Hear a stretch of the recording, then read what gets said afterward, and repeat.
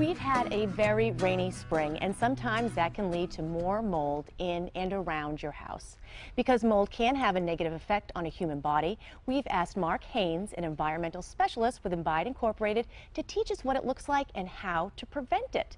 Thanks for joining us, Mark. Well, thanks for having me. So tell us, what exactly is mold? Yeah, so mold is a fungus that grows naturally in the environment. However, when it gets into the house, it obviously can manifest with high humidity and with higher temperatures. So we are kind of entering mold season as we speak. We are starting to get into it.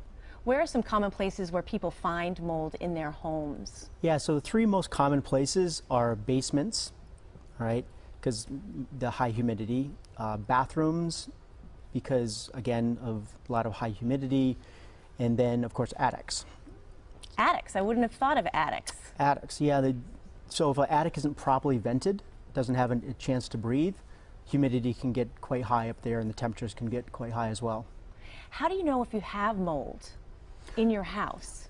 Sure, so there's two ways typically. One is visual, right? So you see a black or greenish mold fungus growing. That would be a very obvious indicator. The other is a musty smell. So you can tell with your nose and your eyes. Yeah, so not everyone is affected or has sensitivity towards mold, but ones that do, typically it's an allergic type reaction, similar to pollen or dust or household pets, things like that. So a sneezing, maybe trouble breathing a little bit, Exactly. Stuffiness, maybe a headache. Yes. Now most people aren't affected at all, but typically if you are, it's an allergic type reaction. And then there's a very small percentage of people that does affect them more severely, but it is a rare case. Now, sometimes mold can be hidden in your home. Where are places it can hide, and how can you find it, or how should you know to start looking for it? Yeah, so if you have a certain area that has an odor or smell or musty smell, it potentially could be inside walls, behind wallpaper, within the rug.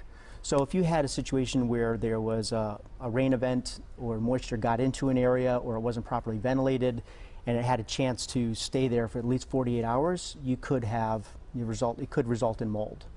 Now, does mold point to a bigger problem with your home? Yeah, so any water infiltration to a home isn't good, right? So if it's not picked up right away, cleaned up right away, it could wick up into sheetrock, it could stay inside a carpet, especially areas that aren't, ventilated that well, don't have great air movement, like a basement, and especially like an attic and so forth. So if it's not addressed early on, it could start degrading your building materials.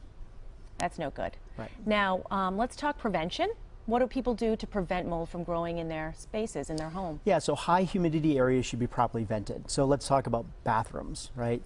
There's got to be a ceiling fan. The ceiling fan shouldn't be terminated in the attic because that's just going to contribute to the problem. They should be terminated to the outside. If it's the attic, there should be free ridge vents, soffit vents, gable vents, things like that. Attics aren't supposed to be airtight, although sometimes over time people may have re-insulated an attic and filled up the soffit vents. That's not good. It does need a chance to breathe up there. And then in the basements, dehumidifier. Especially in a musty basement, something that's below grade that just doesn't have great airflow. And get rid of standing water, I imagine? Yes, yeah. So any accumulation of water. Now if you do see standing water, especially in a basement and so forth, you should really look to see what the source may be. All right, so if it was a result of a storm event or something like that, it might be a one-time event. However, sometimes when water gets into a basement, there's a preferential pathway that could be repeated. So make sure that downspouts are directed away from foundations, and that if there are any cracks in the foundation or something, that they're repaired so water won't continue to come in.